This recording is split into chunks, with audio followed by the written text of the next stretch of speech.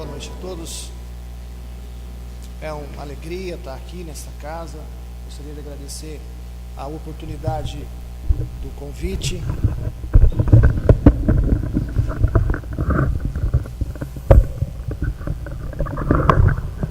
Agradecer imensamente ao Rafael.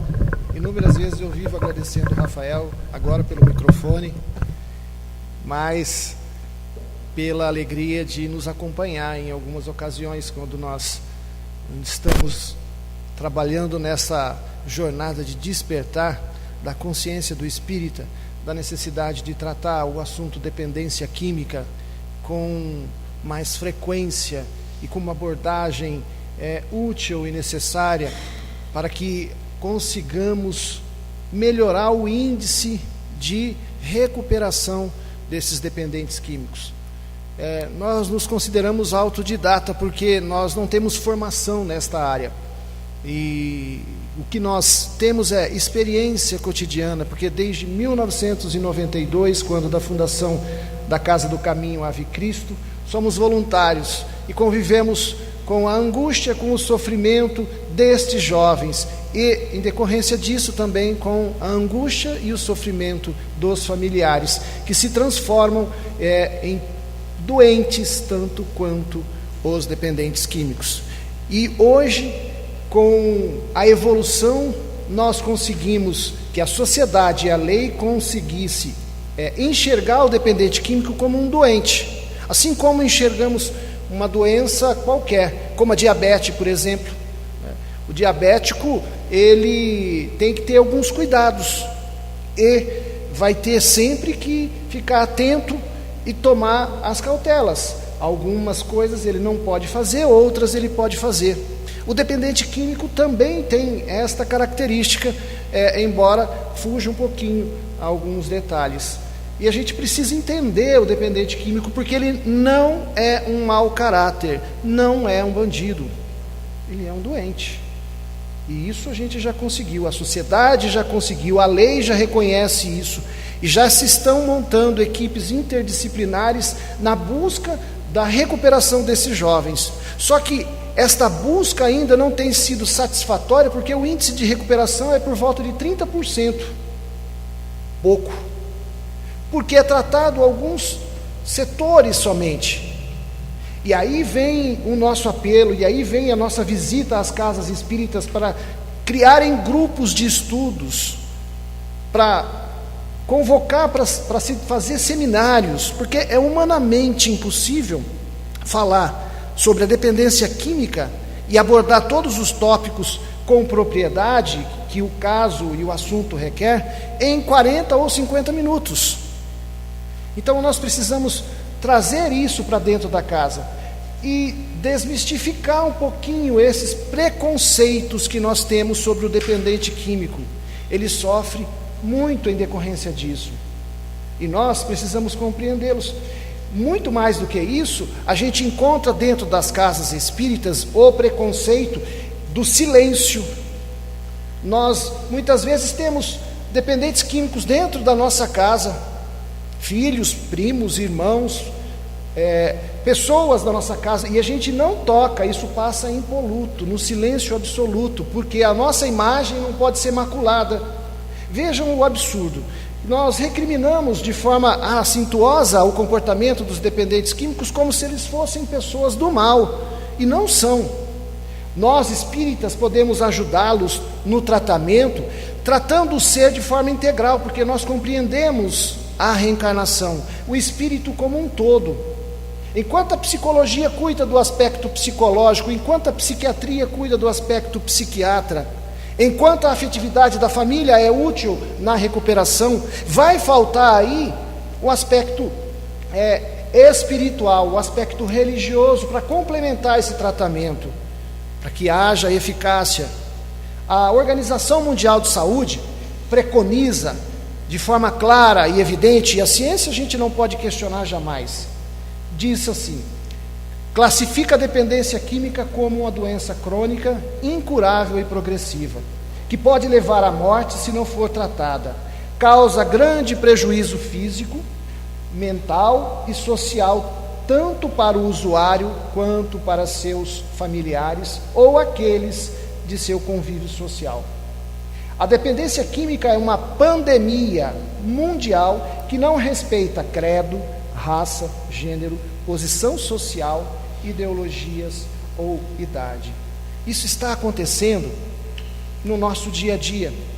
E nós precisamos tratar esse assunto não de forma velada como temos tratado nas casas espíritas, porque nós temos uma responsabilidade muito grande. Nós sabemos muito bem que aqui, a quem muito for dado, muito será cobrado. E entendendo o dependente químico como um espírito na marcha evolutiva, tanto quanto nós, precisamos nos ater a este ponto para poder, de uma forma inteligente, abordar esse assunto. Nós precisamos agir em conjunto. Se você perguntar para um psicólogo qual que é a origem da dependência química, ele, com certeza, diante das características de estudo dele, vai dizer que isso pode ter sido em decorrência de algum trauma lá na infância. Se você perguntar a um psiquiatra a origem da dependência química, ele pode, com certeza, diante da visão e dos estudos deles, dizer que é em decorrência de alguns desses transtornos que temos, o transtorno, o TOC, o TDAH, que é o transtorno de déficit de atenção e hiperatividade, esses transtornos que nós nos encontramos cotidianamente e que virou hoje algo, uma pandemia, tanto quanto o assunto que a gente já está abordando aqui. Se você perguntar para os seus avós, e a gente não faz muito disso, o que é o motivo da dependência química, olhando lá de cima da experiência deles, eles vão dizer assim que é a falta de Deus. E aí, quem que está certo nisso tudo? Todos eles estão certos. É um conjunto. É bem verdade que a gente tem notado nesses anos de convivência que a característica do dependente químico sempre vem acompanhada com algum tipo de transtorno.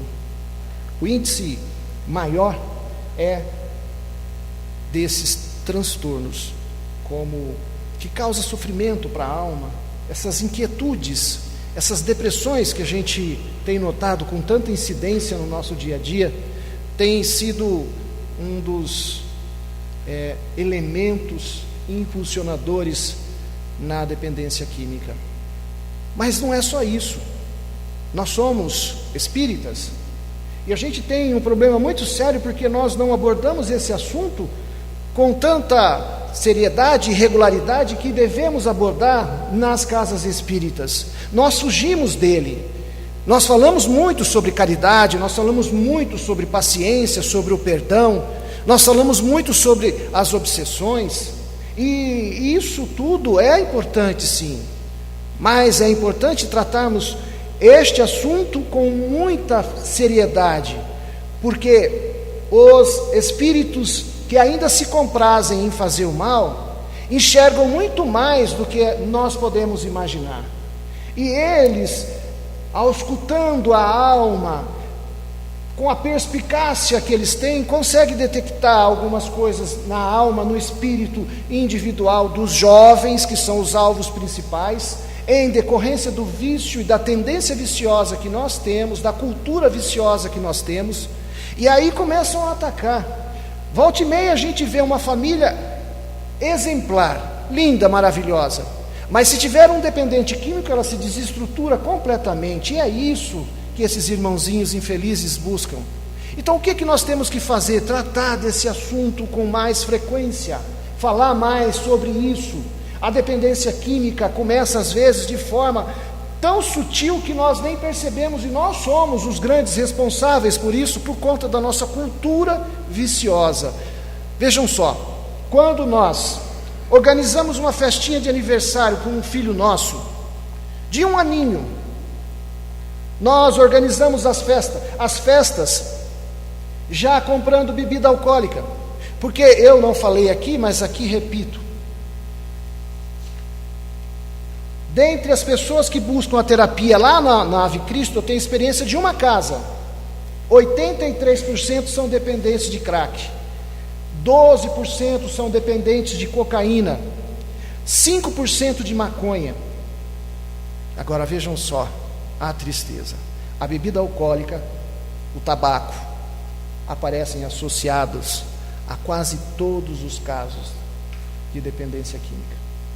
E eu digo que a cultura nossa é viciosa, porque quando fazemos uma festinha de 1 ano, lá na festinha de 1 ano, tem cerveja, tem outras bebidas, e com o decorrer do tempo, as festas vão acontecendo de ano em ano, e as crianças vão associando a bebida alcoólica e a alegria. Por quê? Porque no cotidiano a gente tem os nossos conflitos. Aliás, falando em conflito, eu estou aqui para criar conflitos, tirar essa carinha de vocês com essa ruga. Quem vai tirar essa ruga da testa de vocês é o Rafael, por isso que ele me acompanha, porque ele tem a responsabilidade de aliviar isso daí, porque o que eu quero aqui é criar conflitos, estabelecer dúvidas, deixá-los preocupados. Esta é o meu papel, esta é a minha função aqui hoje. Então, quando a gente faz uma festinha, bebida alcoólica, vai crescendo, o adolescente vai associando a alegria à bebida alcoólica. E o que nós podemos entender? O adolescente, na cabeça dele, compreende o quê? Que no dia a dia, meu pai briga, tem meus problemas, ficam pegando no meu pé, eu tenho que estudar, mas quando tem festa e bebida, tudo fica legal. Nós nos sentimos felizes, nós brincamos, nós rimos, nós cantamos. Isso vai criando uma autorização implícita na cabeça do jovem. E quando se tem as festinhas, obviamente são regradas à bebida, e aí começa a autorização interna, a liberação interna, porque os pais, a sociedade, por si só, já autorizaram, já franquearam a entrada, pode beber. E a bebida é uma porta escancarada para os dependentes químicos, para a criação dos dependentes químicos e para que haja o fracasso no tratamento. A dependência química não tem cura. O que nós temos na dependência química? Controle, como a diabetes. Por que eu falei que a diabetes tem cura? Talvez em alguns casos, mas de uma forma geral não tem cura. Quando você vai com o seu filho que é diabético para uma festa, você deixa ele comer aquele bolo suculento de chocolate? Claro que não. E eu me lembro muito bem das festinhas de aniversário que tinha na minha casa, que um dos amigos de um filho meu tinha diabetes. E a mãe dele mandava um bolinho com adoçante, ou para ele não comer os bolos ou os doces da festa. E todo mundo respeitava. Agora, com relação à bebida alcoólica, nós não encontramos esse respeito. Ter bebida alcoólica na geladeira é uma regra primordial, socialmente falando. E isso precisa ser alterado, porque esta é uma porta escancarada para a dependência química. Os meninos que fazem parte do tratamento da Casa do Caminho Ave Cristo recebem a orientação de que não poderão beber. Por quê? Porque são dependentes químicos. Como assim, dependentes químicos? Eu não vou sarar nunca? Não. Você é dependente químico e vai ser dependente químico sempre. Você tem que controlar. E não pode beber bebida alcoólica nenhuma, porque um pouquinho já desperta, já abre uma porta, já dá uma liberdade e já faz com que as pessoas nessa situação possam se comprometer novamente com as drogas. Então é algo que a gente precisa tratar com muita seriedade, muita importância mesmo. E o tratamento da dependência química, ele não é fácil. Ele não é fácil porque você não pode tratar do dependente químico somente pelo lado físico. ou psicológico, porque ele é um espírito. E é aí que eu entro o tempo todo afirmando, acentuando, da importância da casa espírita criar grupos para se falar sobre isso. Eu me lembro que, numa palestra que eu fiz num determinado lugar, quando eu disse que não podia beber mais bebida alcoólica, nem pensar, uma das pessoas ficou irritada com aquilo e falou para mim assim: nem um vinhozinho a gente pode tomar? É diferente, poder você pode tudo, mas você tem que pesar o que deve, né? Poder nós podemos tudo, mas nem um vinhozinho eu posso tomar, porque Jesus na Santa Ceia tomou vinho. Aí eu concordei, realmente, Jesus na Santa Ceia tomou vinho, mas não tem nenhum histórico de bebedeira, nenhum histórico de embriaguez naquele episódio, é um episódio bem distante. Aí, pensando sobre isso, eu comecei a perceber que aquela pessoa estava preocupada em liberar sua consciência para poder beber um pouquinho, e é o que a gente faz, a gente vive buscando liberação de consciência para fazer aquilo que a gente gosta, e não o que nós precisamos. Por isso, espíritas, educai-vos, prestem atenção na alma, conversem abertamente com seus filhos. A maior incidência de dependência química está envolvida com bebida alcoólica. Isso é um fato. É óbvio que aí a gente tem também os índices de transtornos que causa aquela inquietude, aquele mal-estar, aquela dor na alma, que faz a pessoa buscar a solução para o seu conflito, para a sua dor, através dessas portas enganosas.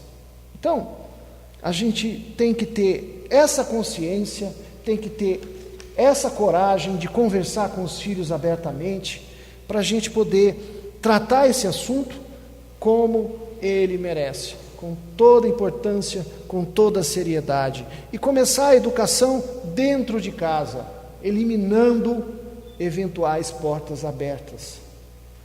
Festas de aniversário de criança, não tem lógica ter bebida alcoólica. Culturalmente a gente até se estabeleceu isso, mas a cultura vem se modificando no decorrer do tempo. Hoje a gente já mudou muitas coisas, e a gente precisa mudar essas coisas, porque senão a gente vai ter muitas crianças envolvidas, muitos jovens envolvidos com esse tipo de doença, que, segundo a Organização Mundial de Saúde, é uma doença incurável e progressiva, e se não for tratada, causa a morte. Então, o tratamento desta doença, ele é complexo e precisa da participação de todos. Para que um dependente químico possa se recuperar, se manter limpo, é necessário que ele tenha atividades, ocupação do tempo de forma útil, como trabalho, é necessário trabalho ou estudo, é necessário que ele tenha a família ao seu lado, não passando a mão o tempo todo. E outra coisa também, que a gente abre um parêntese aqui, a família fica doente com o dependente químico. Psicologicamente, eles ficam doentes, nós ficamos doentes. E aí nós precisamos tratar essa doença psicológica, fazer uma terapia, porque a gente tem a ideia, muitas pessoas têm a ideia e esse preconceito de que eu vou no psicólogo, os caras estão pensando que eu estou doente, que eu estou louco. Psicólogo não é para louco, não é só para doente, é para você se descobrir. E aí o trabalho do psicólogo tem uma importância fundamental, porque não existe eficácia no tratamento se você não descobre aonde foi que eu errei, por que eu fui por esse caminho, como foi que eu me perdi, por que foi. E este é o papel da terapia, que serve muito bem para os pais. serve muito bem para os pais e deve ser feito pelos pais também. Porque algumas vezes nós nos traumatizamos tanto com as situações e as intercorrências da dependência química, que temos reações que, ao invés de ajudar, prejudica extremamente. E aí teremos novas recaídas. Então, nós precisamos frisar bem: trabalho com utilização do seu tempo de forma útil. Nós precisamos da família de forma inteira, acompanhando. Não é passando a mão ou fazendo todas as vontades, porque o pai não faz toda a vontade do filho, né? Ele satisfaz o que é necessário, ele dá o que é necessário, ele não satisfaz vontades, ele satisfaz o que é necessário, e os pais têm que ter essa noção. Então, trabalho, família, ele precisa da terapia para este encontro consigo mesmo, para se fortalecer, e fundamental a religião, e eu repito isso. E eu não só estou me referindo à religião agora espírita, eu me refiro a todas as religiões que se encaixarem no coração do dependente químico, qualquer das religiões, porque quando você procura Deus, quando você vai na igreja, quando você vai no templo, ou quando você vai no centro espírita, você cria em torno de você uma energia protetora, que faz expandir a tua energia, criando uma luz própria, e quando você tem luz, as trevas não conseguem se aproximar. Então, este conjunto é fundamental. Por isso, a participação da família é fundamental. Por isso, a sociedade já vem respondendo com esses programas antidrogas, com esses encontros antidrogas, mas eu vejo pouca resposta nas casas espíritas. E esta é a preocupação da gente. Este tem sido o caminhar, a visita das casas. Vamos criar grupos para estudar mais sobre isso, porque às vezes está acontecendo dentro de casa, porque a gente não está junto com o filho o tempo todo. Ele sai, ele vai passear, você tem suas preocupações, seus trabalhos, e muitas vezes deixa de prestar atenção, não por maldade, mas deixa passar alguma coisa, e aí a gente corre riscos. Então, vamos cuidar para que a gente possa melhorar esse planeta, porque nós já estamos caminhando para essa modificação tão comentada, tão pré-falada. Nós já estamos num mundo que a gente já nota algumas coisas, alguns espíritos que têm vindo para cá, para a Terra, para preparar essa modificação, alguns espíritos que têm um comportamento agradabilíssimo, e outros tantos não são assim. Mas, como Deus é Pai misericordioso, dá a oportunidade, talvez esteja dando a oportunidade a esses que ainda se comprazem em fazer o mal, de se arrependerem, para que possam permanecer aqui. Mas nós precisamos nos juntar, porque nós compreendemos o ser de forma integral, como espírito também, enquanto a medicina em alguns pontos ainda não consegue. Decorrência disso, os índices de recuperação não têm sido agradável, não têm sido como deveria ser. Por isso a gente tem que trabalhar isso, tá? Certa vez, uma professora levou o seu filho para casa para fazer um tratamento.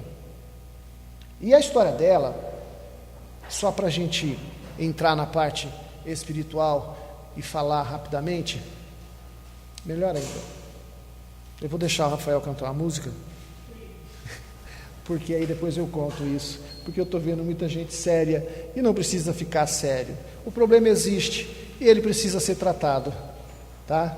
O microfone, pega o microfone aqui.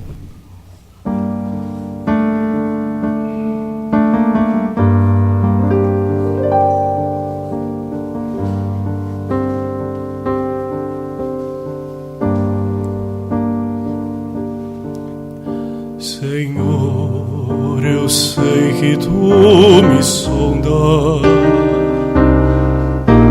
sei que tudo me conheces. Se me assento, me levanto, conheces meus pensamentos.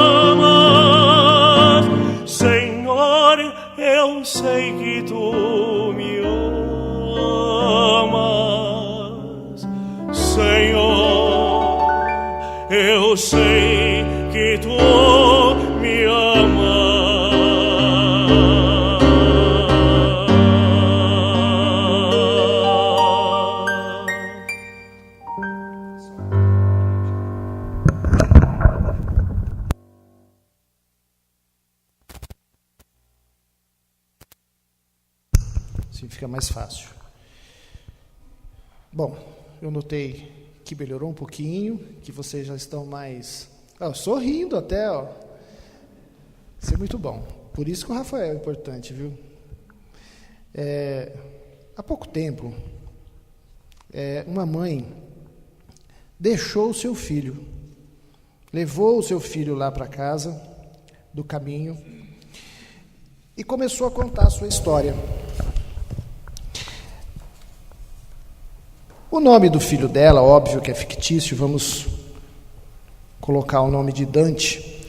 Mas antes de eu contar essa história, deixa eu só dizer que existe o livro Filhos da Dor, do autor Dr. Wilson Disposte, que é o presidente da Casa do Caminho Ave Cristo, da onde nós extraímos algumas coisas para preparar isso daqui, esse trabalho que a gente tem feito.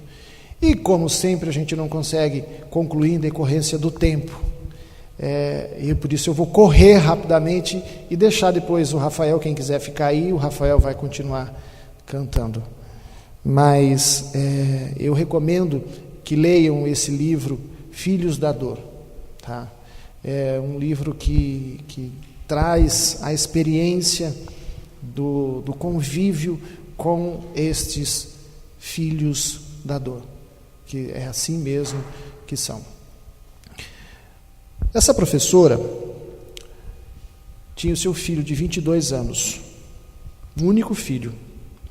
Seu marido tinha falecido já há uns 5 anos, mais ou menos. Pouco tempo depois, ela passou a perceber algumas coisas estranhas com o filho, que lá nos seus 17 anos, ela descobriu que ele estava usando maconha. Isso a deixou bastante entristecida e ela começou a trabalhar de modo a auxiliá-lo. Então ele começou a fazer terapias, entrar em casas, sair de casas, e entrava às vezes mais para agradar, porque o fato preponderante na recuperação é a vontade do dependente químico. E o duro é que nesse caminho da descoberta até a necessidade e a vontade, tem um longo caminho doloroso tanto para ele quanto para a família. E ela descobriu isso e ele foi fazendo o tratamento, só que entrava numa casa, saía, entrava e saía, até que ele foi parar lá, na Casa do Caminho. E ela começou a contar uma história interessante, que agora entra a parte espiritual, que a gente precisaria de mais ou menos uns 50 minutos para estar falando e abordando, e não vai dar. Nós vamos ter que resumir em 5 minutos, que eu tenho mais 5 minutos para falar. Ela contou assim para a gente, que ele, depois da maconha, começou a usar a cocaína. Depois da cocaína, ele foi para usar o crack. Quando ele começou a usar o crack, ela se assustou bastante, porque ele mudava o comportamento. E aí, como ela era sozinha com o filho, ela falou, poxa, é melhor ele aqui do que na rua, porque vai acontecer uma coisa pior. Então começou a permitir que ele usasse o crack dentro de casa, mesmo com muita contrariedade, e vendo que ele podia acontecer, que ela podia perdê-lo na rua. E ela conta que era católica, e que quando ele usava o crack, ele começava a emitir uns sons guturais, uns gritos horríveis, que a assustava profundamente. E ela, católica, se aproximava dele ou ficava perto da porta da onde ele estava no quarto, porque dali em diante ele não saía mais, ele só vivia no quarto, e começava a orar, pedindo ajuda.